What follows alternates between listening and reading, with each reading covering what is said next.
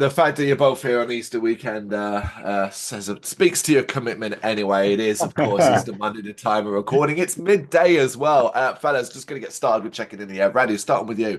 How are you? How's your weekend been? Yeah, it's pretty good. Yeah, it's been pretty chill. Well, kind of. I went to a gig last night. I went to see Comeback Kid at the Dome, so it was pretty fun. It's the Sunday, but yeah, I'm good. Otherwise, yeah, just Nice, nice. A little just a little worse for wear today. no, no, it's no, fine. Yeah, He it's can handle it. yeah, yeah, it's Bang it. yeah, nothing major. Nice, nice. How about you, Chris? How's your weekend been? Yeah, nice. Just more chill than Radu, I think. Just not seen the parents for a while, so they popped down for a little bit, and it's just nice to do nothing, right? When you've got a couple of days off, just to recharge and stuff. So yeah, feeling good in that sense. I'm glad. I'm glad to hear it. Obviously, not everybody gets his time off as well. So the fact you've had time to That's chill, true. relax, enjoy, particularly as this kind of starts a very important week for you. We'll get into that in a minute. But going back to you, Radu, is there anything specifically at this point in time, this close to the release of the new EP, that's keeping you busy? Uh, no, really. I think it's all kind of set. It's all good to go. We're still working on some kind of little kind of videos, little kind of photos, things that we need to kind of post on socials Hmm. before the release, during the release, after. But yeah, nothing. Everything is pretty much done and dusted, so it's ready to go. Yeah, So you feel prepared, basically. You feel like yeah, it's just ready to go now. yeah, yeah. It's all kind of yeah. It's all there. It's just kind of Yeah, feels waiting good. for it to go out. Yeah, That's nice though, isn't it? Right? Like, because in theory, it should be the most stressful week of all. But at this point, what else can you do, right? yeah. Yeah, exactly right. Like I think as Radu sort of alluded to, it's y- like we diligently kind of like put all these bits together behind the scenes and stuff, and it's there's always going to be a few kind of last minute panics here and there and going back and forth, but as kind of Radu says and stuff, there's this one kind of little promo video, we've got like 10 versions of it now that we've been going through and stuff like that, and it's just we just we're perfectionists in a way in that sense. So it's nice to be prepared at least, right? The music's recorded, it's all done, everything will be there when it's released and stuff. So it's just hitting these kind of little things for a little bit of engagement. Yeah, well, I mean, of course, you know the game, right? You know what you got to do. You know Yeah. you're gonna have to be all over those social medias the rest of this week and into next week, and so on and so forth to give this as much of an exposure as possible. No easy task. When we look at the bigger picture, just still focusing, I guess, in the year so far, we are in April. Well, what we're coming to the end of April, so decent chunk of the year is done. So far, when you kind of Hmm. reflect on what 2025 has been so far for the band, are you satisfied with what you've accomplished this year so far? Start with you, Chris. Yeah, I think so. I think like we made a conscious effort. Obviously, with the EP that's going to come out, we obviously recorded that last year, right? Mm. And there's a lot of time in between that, um, in terms of getting stuff masters, sorting out artwork, sorting out your kind of little promo plans and stuff like that. So when we got that recorded, we kind of started doing all that. Yeah. And that has taken a lot of our kind of focus for this year. We've played some gigs in between, which has been great to do as well. But just getting these little things sorted has been great. After this EP's release, we've got like we've got a few more gigs coming up, and then really we're going to be kind of concentrating on an album kind of moving forward. So Okay. it's nice to kind of have a few things in place for that as well. We've kind of started writing a few songs here and there. So I think like with the EP coming out, hopefully there's a few more eyes on us at that point. Um, and then just kind of finishing like a few songs going into next year will be like a great 2025 for us, really. So you feel like you have a clear plan. Yeah. I feel like we've set out what we wanted to do already this year, just with, as I said, with the recording, with a little bit of promo for it and stuff, getting it out Hmm. there, and then playing a few gigs alongside everything, and then moving forward, we'll hopefully crack on with a couple of songs for this album, and that will see us off nicely, 2025. Yeah, as Chris Ready? says, there's kind of obviously the album, well, this EP is the main focus now for the kind of coming couple of months. But then there are other things in parallel. We're kind of writing songs, booking gigs, and it's all kind of there's always a focus, but there are other kind of parallel lines going along with it, and that kind of a band needs to do, like sorting out merch or artwork and all the things that usually is behind the scenes. Yeah. I'm glad to hear it. Nobody wants to hear that. Okay, you're just kind of throwing, to want of a better term right now, all your eggs in one basket and only focus on this EP and nothing else was going on around it. But of course, you're creatives, you're artists. The idea is you're always doing something, and that is clearly the case. But all the focus right now needs to be and should be right now on the EP, of course, No End, out April 25th. Now, reaction wise, been a nice little bit of buzz around the songs released so far, the music that's been out there, the comments on social media and so on. Just doing a little bit of a troll through it. It's quite easy to find. Mostly, everyone seems to be really enjoying what's out there so far. Radu, does that go some way, that positive reaction goes some way to kind of relaxing your mind as how the full EP might be received? Yes, it does. I think the kind of reaction has been kind of great, and it's just comments. Obviously, we're in a kind of streaming age, and being kind of part of different playlists kind of definitely helps with kind of visibility and that sort of stuff. So, but yeah, it's been the reaction's been great, to be honest. I, I mean, we weren't worried, but it's a new DCP is kind of establishes how it was kind of sound, and it's probably the most cohesive kind of release so far. But it's also slightly different from what we've done previously. So I wasn't worried, but it's just I'm glad that kind of it's been received well so far. It sounds like we intended it to to sound, and yeah, I'm quite glad with it. I'm quite happy. Yeah. Chris, how about you? You quite pleased?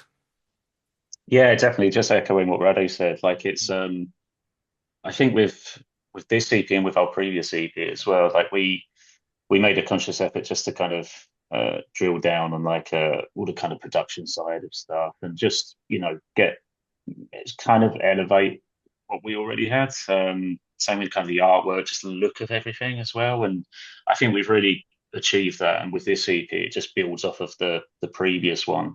Um, the couple of singles that have released already have done quite well. Mm. We released Cloak and Dagger from it, which was our first single back in March, and that that hit a lot of playlists, did really well on streaming, stuff still does really good in streaming. And then our last single was a little bit different from that. I think Cloak and Dagger was a bit kind of slower pace, a bit heavier, a bit more beat downy. And the last single we had, So Much for So Little for So Little, was a bit faster with it and stuff. It's kind of what we're known for a little bit. I think it's that kind of like fast, kind of technical kind of side to hardcore, and that's done really well as well. So it's nice to see that. We always get good comments when we play live. We played a couple of shows with these new songs in our set list and stuff, and they Yeah. went down really well. So that was really nice to see, and just people actually recognizing that those songs when you do play them live and go, oh yeah, that was that new single. You're like, oh well, that's really nice. That helps out. So I think with the rest of the EP, like it kind of follows suit with a lot of things. There's one of the tracks on there is very kind of fast and technical. We've got a nice kind of mid stompy interlude on there, and then there's another couple of tracks which are just like heavy hardcore. I think it flows really nicely. And yeah, really proud of this one. Oh, I'm glad you are because it is a banging EP and it is Thank an you. incredible step up from Tear Them Down as well. I think that's such an important thing where you said previously just there that you feel like this is you, this is kind of defining your sound and this is you haven't found Mhm. yourselves because it's easy to forget that 2020 is effectively roughly your inception, right? Like the creation, the existence of the band. So not that long at all. And obviously there was quite significant things happening around 2020 as Yeah. well. So you can almost knock off a year or two there anyway. Yeah, Um, that's the thing. yeah, so it's been incredible to see the evolution already. Vision, though. So let's talk vision, specifically about this EP. Um, you got to follow up a strong EP that like turned heads and got your attention. What did that vision initially look like for this EP? And was it clear? Did you know exactly what you wanted to do? Either you can take this. Yeah. I think like I think with the Ted Down EP, realistically, a lot of the songs from both EPs were kind of written around the same time. Mm. I joined the band uh later, right? So Radu's been obviously there from the inception. And I joined before we released Ted Down. So the first recording that I was on was the Ted Down EP. Mm. And I think with a lot of these songs kind of existed in some kind of form or another in demos. I think me coming in, I was able to kind of like when we were starting to look at them again, we looked at them and then I was able to just bring a kind of a new perspective on what was already there. And I think like from the demos that have existed, we've been able to kind of just rejig them somewhat and just I don't know, they all sound like a beefed up somewhat to what's there and stuff. There's a few little elements that might not have been there in the past as well, like just little slap bass kind of lines that I can do and stuff. And it just informs other lines that we've got there. And then Brady can go, oh, wow, okay, well, if we can do that, let's sort this line out. We've taken bits and bobs here and there from other songs and just expanded on them. So I think like we had a really good structure.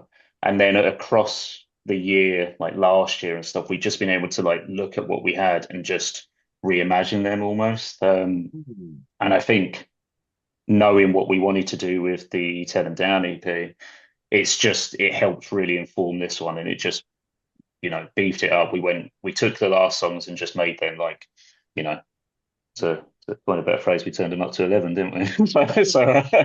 Yeah, I think it's been well. Yeah, but I guess to answer the question, Carl, I don't think we had a very, very clear vision from the very beginning. I think we had to kind of build it piece by piece, and we had the songs more or less, but we had to, as Chris just said, we had to kind of rework them. We're fairly kind of organized at kind of demoing stuff and re-demoing stuff, and it definitely helps kind of to kind of record it, even if it's not great production, just kind of DIY record it, listen back, change some things, record it again, listen back, and so on. So kind of that helps kind of build that kind of final product, because for us it doesn't quite work for just go straight to the studio and record, because usually you'll find quite a few things that you're not happy with, and if you do enough pre-production, enough demoing beforehand, it definitely helps form the vision. Jordan, our singer, has more time to work on lyrics, and it's just kind of helps create that overall vision musically and lyrically and kind of everything together. So yeah, you may not know exactly what the plan is, but it will come together. Just the structure as you build piece by piece, it will eventually come together, and then everybody will get a clear idea. Yeah, that's correct.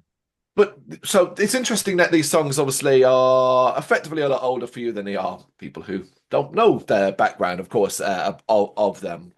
But you have like this initial structure, as it were, these early written pieces of music. What is it then that particularly evolved them this time? Was it simply that each of you had grown as artists, as individuals, or as a group, as a band, you just were a little bit more in tune with each other? So I guess it kind of takes us back to what I said previously. I think for me personally, it was kind of a fresh look at them, right? I was new to the band, Mm.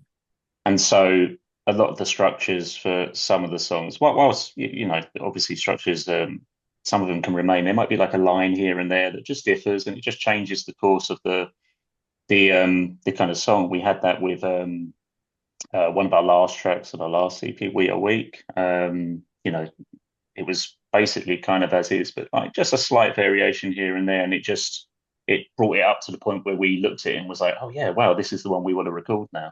And I think it kind of happened with a few of these tracks as well. There's one track on the EP called Harrowed Wisdom that was initially part of another track on the EP called Collateral Damage, and it was a longer track itself. And I remember when, as Radu said, like there was a lot of demos of that, and when we got round to kind of playing them all again, I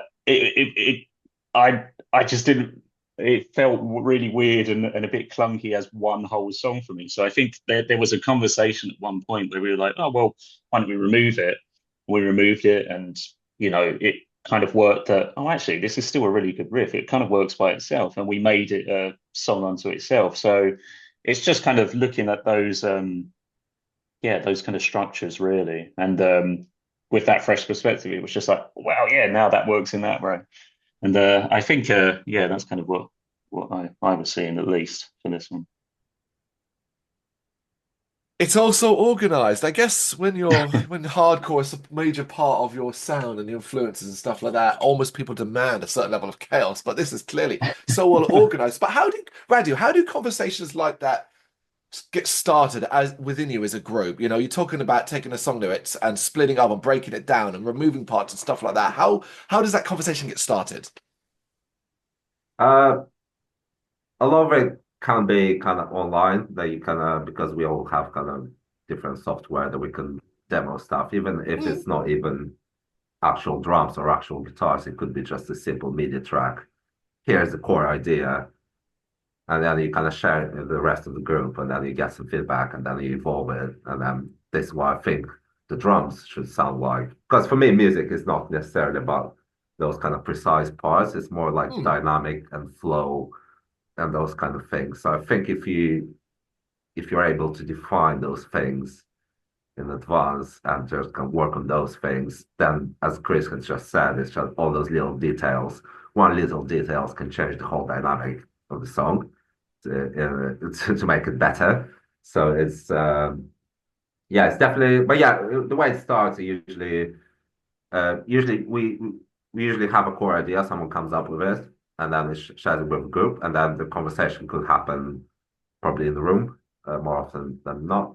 Is here's the idea, let's try and play it, and then yeah, we never kind of come up with a solution straight away. Go mm. away, we meet Yeah, up next week, and then here's my idea, here's Chris's idea, I know Jordan, Stefan's, and everyone's, and then it kind of comes together. And then we literally agree, let's play your version, let's play your version, and we just pick whatever sounds best. Because yeah, you have an idea in the head, you hear it back, it's not that good. I think Mm. Chris's is better, and it usually happens like that. Yeah. yeah.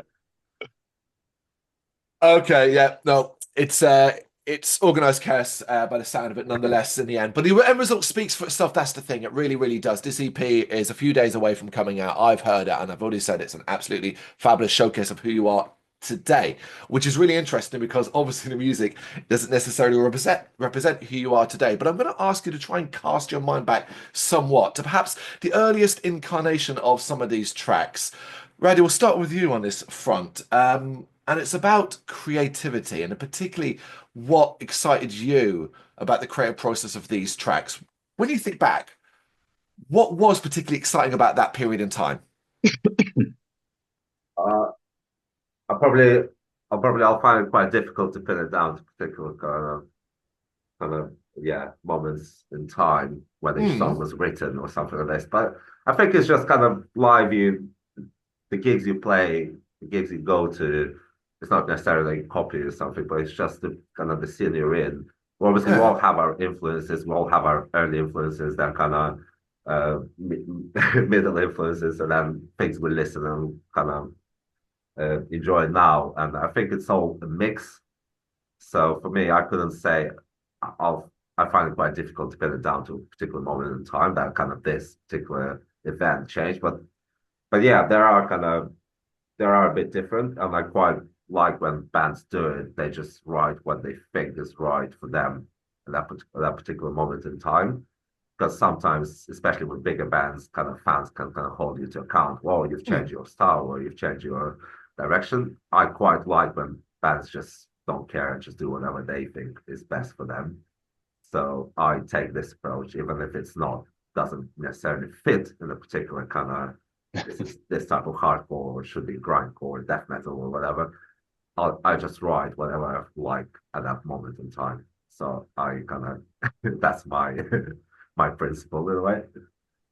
And everybody should support that nonetheless. Just you don't necessarily have to love, say, everything you've done or gonna do, but it doesn't mean you can't support your choices and decisions to do what the hell you want. That's the joy of it. And while this EP will, of course, appeal to people who've been there from the start, it's also an opportunity for new people to discover you as well and hear an array of ideas. But going back to that question that I just asked, Chris, if you wouldn't mind jumping in there as well, perhaps if you can cast your mind to sort of think about some of the more exciting moments of the creative process back then. Yeah, so as I said, like I was, relatively fresh to the band at that Yeah. point. So it was for me, it was like hearing some of these demos that had previously existed, that Radu had recorded. It was there was some drums to it. The drums weren't maybe necessarily fully there, and we kind of knew that with Stefan, our drummer, was kind of like they were placeholders. Mm. And I think coming into them hearing them, I really like just kind of I know Randy said like we all have different softwares and we can recall things here and there. I'm absolutely rubbish at that, right? I'm more a hear it in person, kind of play it live, have a noodle around during it a little bit like that. And so with a lot of these tracks, I think with some of the demos that were there, they kind of given to me and just kind of making up, bass lines that kind of fit the parts, but had a kind of unique groove to it as well. A little bit of a little bit different in some places, as I said, with slap bass and stuff, and just kind of trying to weave my own kind of techniques and inspirations into an already kind of decided sound, right? As Radu said, it's kind of hardcore, but there's polyrhythms in there from the drums. Stefan's very much into that kind of stuff. Radu was kind of informed by like grindcore and power violence initially, right? But we all have a love for hardcore, so it's taking your inspirations and trying to weave them into it. And I really loved that when we were able to kind of fit some stuff in and just work them around like that. And that was really, really fun to see. And just having that kind of light bulb moment, like, yeah, that's how it's going to be. That's the one that's going to happen. So yeah, that was really cool. And that really helped kind of Chris join the band. Is it kind of about a year and a half ago? And Yeah, I having that think it kind of was, yeah. fresh pair of ears for us, because obviously the rest of us we were a bit too close to our music. And having Chris kind of join, having kind of fresh perspective, listening to our kind of demos and just giving us honest feedback, and it really helped. And we really respected that because, as I said, we were just probably with some songs we were a bit too close. We've been playing them for a while, working on them for a while, but then Chris said, "Oh, to me as a fresh listener, it sounds like this," and it really helped, and really kind of respected that, and it really helped kind of create change Yeah. those songs and make them better. And that was nice as well, actually, just coming into a band where those opinions are made valid as well, right? I'm sure we've all, played in bands before where someone will be very, strictly minded on something. I wrote the song, this is how this is supposed to go, right? So it's nice to be able to kind of just shoot an idea off here and there and have it at least kind of considered, right? But there are still musical debates at Oh times. yeah, there's always going to be. But I think we're quite good at it. We literally, as I said, we just let's play this version, then we'll play this version, then we'll play this version, and we'll just make a decision based on what it sounds like, not egos or things like this. So it really helps. Well, speaking to you both here, it's very clear to me that you understand the purpose of writing and creating music. That you will all have your babies. You might have a specific part you wrote. It might even be an overall song that's your baby, but you know that grand scheme of things, the point of the band, the unification, is to write something together that will. Well, when you deliver to fans, will blow them away. That's the idea. So, I mean, you clearly understand that. We're kind of sticking in to the excitement about creative processes. Let's look at now then, considering you've already mentioned early in this chat that you're all working on stuff now for the future, and you go into too much detail here. I really just want to gauge your feelings about what you're doing right now. How exciting is it for you? Radu? It is a bit challenging. The last kind of couple of songs that we've written, I'm still kind of working my way through them because, as I said, sometimes an idea is just something written on a computer, and then you have to kind of actually find a way to play it, find the best way to actually play it, bring it to life. And I guess we're still at that stage that we have what I think are some pretty good ideas, but there might be it will challenge us all to get to that Mm. kind of product, which is good actually because that's growth. That's growth as a musician, as a kind of yeah, it's just kind of trying to work for that. But I am excited about them. I think they're kind of it's a good direction, but it will be a bit challenging, which is good. It will kind of give us time to okay, I need to step back. I need to kind of work for my own instrument or whatever. My kind of maybe change some bits here and there, and yeah, it will be interesting. Quite curious about next kind of few months. Yeah, for sure. I think like you were saying already, like the challenging songs that we might have released already, the new kind of challenging songs are very challenging. So it's like they're a lot more kind of there's a couple of really kind of technical ones that we're working on, and I think we started at like you know this speed, and then it's gone down to there just so we can kind of like learn and stuff like that.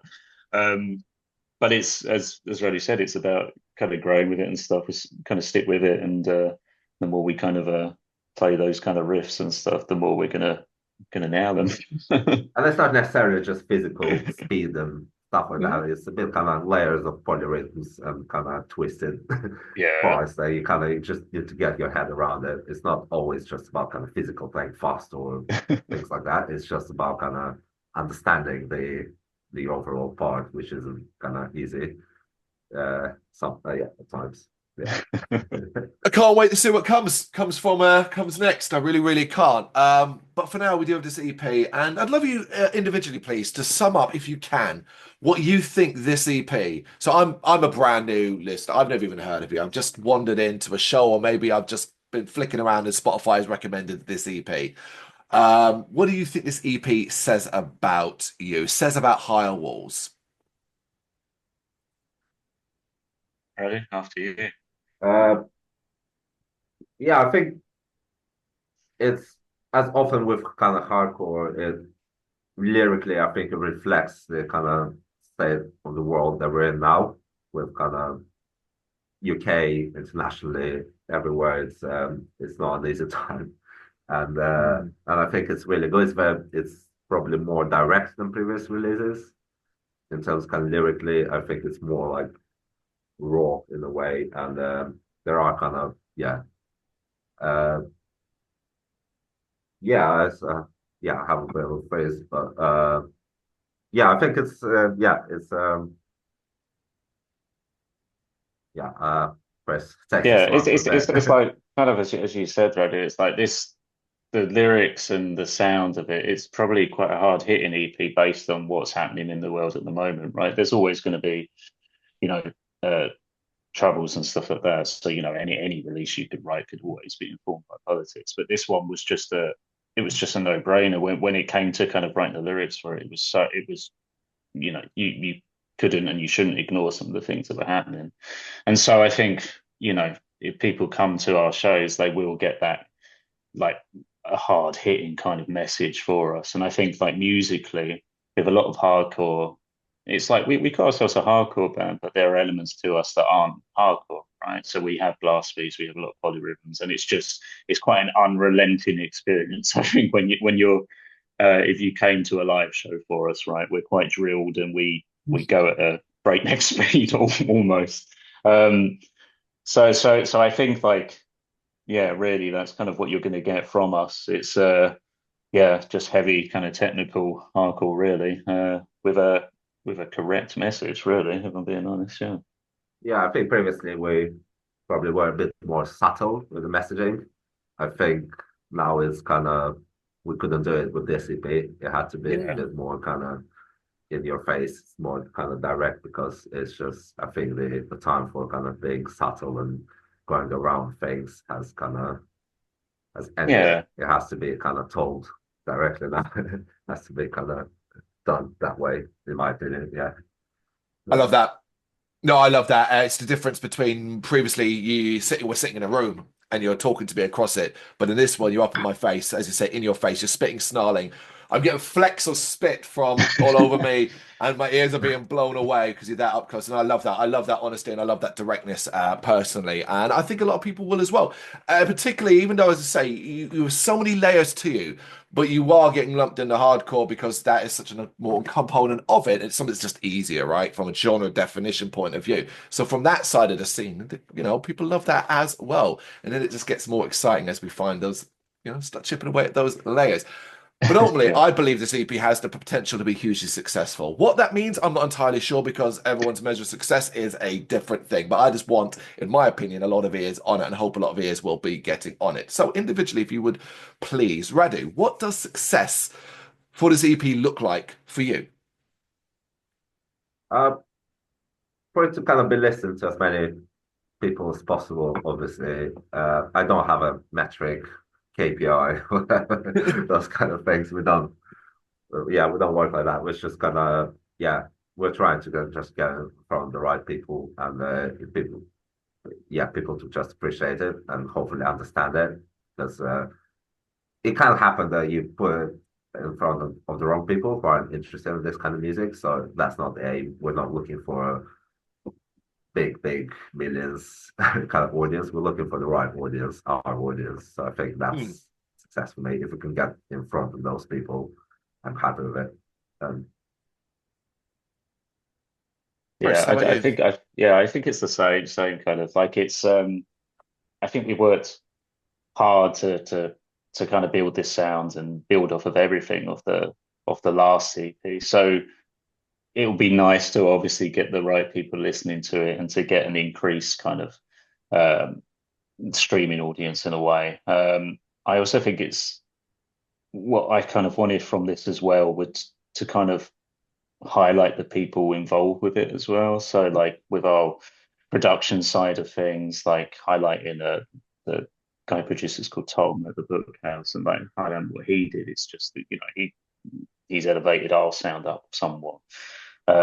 Graham used done our kind of like music videos and photography and stuff, just getting eyes on him. So like through the EP, it will kind of reach out to other people and hopefully other bands. It will kind of go to those guys and it will kind of become some sort of kind of family in a way, right? And kind of generate eyes on everyone, really. I think that's the main thing for me. The collective experience, the collective that helped make this EP a reality. It's more than just a Yeah, band, of course. So it's fabulous that they get acknowledged as well as that. I hope as many ears get on this, but I'm not entirely sure these days what you need to do that to a degree. Well, you've got to be on social media. You need to do this and follow algorithms and stuff like that. Is there one individual thing this time around when it comes to promotion, I guess, this side of things that you are acutely aware that you need to do differently? I guess I guess because of the kind of political message, like the heavy hitting stuff, there's a lot of talk of algorithms and things like that, and the owners behind these kind of social media sites and what way they swing on the political spectrum, right? And it's about if you go too far for certain things, you might not necessarily have as many eyes as you might expect on posts on certain things like that. And if you Hmm. do that and you continue to do that, then your reach will just be nullified. And I think, yeah, creating music just in this age, it's acutely aware of kind of, you have to play ball in some respects. You don't want to Hmm. all the time, but you do need to. Yep. And I think that kind of also kind of falls in line with like a band needs to be everything.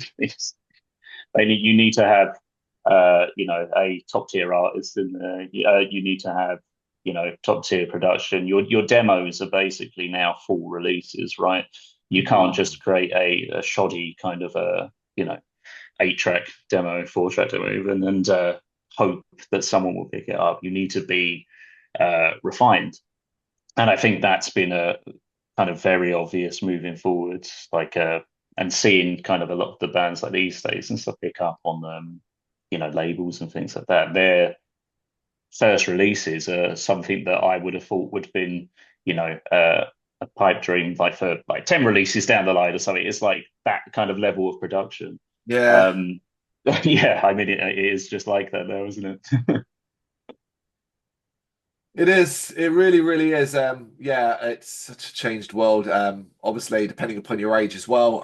Sometimes you can really see how changed that world is. Who in the band is the Yeah. social media? Who in the band's the social media manager? Because that's the job that these days as an individual person. That would be Jordan. He kind of he looks after our social media accounts. I think we try not to. I mean, we have access to our account, but we try to keep the same kind of consistent tone of voice over there. So I think it would be Jordan 99% of the time, unless he's off or ill or something. One of us could kind of step in and post something, but that would be him. But we work together if Yeah. it's a really kind of promo reel or some sort of artwork. I would usually edit some reels. Chris will have some input on artwork, so it's still collaborative. But the social media person that would be Jordan, our singer. Yeah. Organized chaos again, because particularly Yeah. considering all the different platforms and the different algorithms that come with those individual platforms, there is no other way to do it. Right, before we wrap up, I want to just kind of look a little bit ahead, really, for the rest of the year. Of course, you've got shows coming up as well. You've got one on the 22nd of May, right? That is an EP, a Cut and Run Collective EP release show, right? At the Star in Shoreditch. Yeah. Uh, Ten Down Fest at the Dev in June as well. Am I correct on that one? 7th of Yeah, June? yeah, yeah, that's right. So like with those shows, the one on the 22nd of May, Cat and Run Collective, they're a kind of hardcore collective in London, made up of like young, like kind of hardcore kids and stuff like that. But they've been so good for the scene and kind of bringing that kind of positive energy into hardcore. I think Yeah. growing up with it, there was maybe, I think hardcore has always been like a community, but it was maybe a little bit cliquey. And I think Cut and Run have done like really great work to kind of bring everyone into hardcore. So it's really kind of LGBTQ focused, and it brings lots of, different people who may have been kind of ostracized from those things before. So that's really good. We kind of really love those guys, and yeah, we're kind of playing a show starting Shoreditch with that to be announced at the moment because I think there's a couple of supports who are yet to be confirmed for that. Right. But we're playing that, then we're playing in Bournemouth a few days after that at the Four Horsemen with a couple of bands that I haven't played with them, but I think Radu's played with a couple of these guys before over the last years and stuff. We might try and fill in a couple of dates in between those two.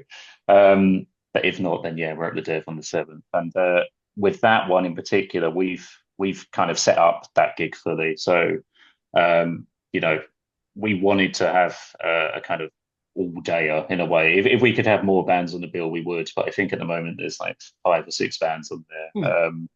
Bands that we I like really enjoy that we've played with over the last year. So like bands like Toil, they're from Essex, kind of more kind of death inspired hardcore.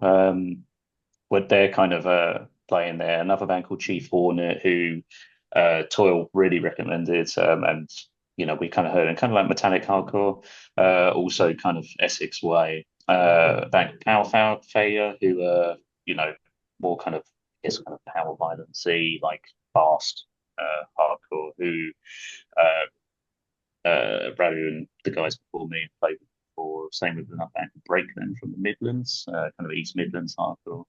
And then ourselves just kind of headlining it and stuff. So yeah, Jordan's kind of been the force behind that one, kind of setting that one up. And yeah, Yeah, we that's played been the a Dev really a fun couple day. of times the last year, and Yeah, I think last time we played, we opened for yeah, it was a 2 or 3 band kind of bill. I don't think we were first or second one. yeah, Breathe And Rust. the guy who runs the Dev just asked, can you just play a headline gig at the Dev?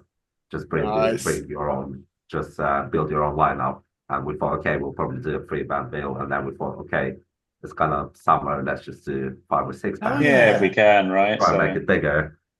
So yeah, so it kind of and then kind of Jordan took over and kind of spoke to all those bands and it's not a festival, but it's kind of it's a yeah, it's quite a big deal. yeah, we'll have that But feel we to do it, like won't 5 or 6 bands, yeah. So it's pretty yeah, should be a fun one. I I love London one day as we really don't have enough of them, especially on a sort of smaller scale. It's places like the Dev and all that, and I love the Dev as Yeah, well. I'm a London boy, so do you know what I mean? Like these places, I know and I love, and the idea of you guys, I don't think I haven't seen you play live before, but the idea of you guys in the Dev is Exciting, but also terrifying. Yeah. It could get quite chaotic on there. If you do pop down, you'll see Radu stage moves on there. He's a beast on the stage, moving back and forth. Fabulous. But regardless of what plans you have in place, you're excited about the future. Yes? Yeah, for sure. Yeah, Yeah, for sure.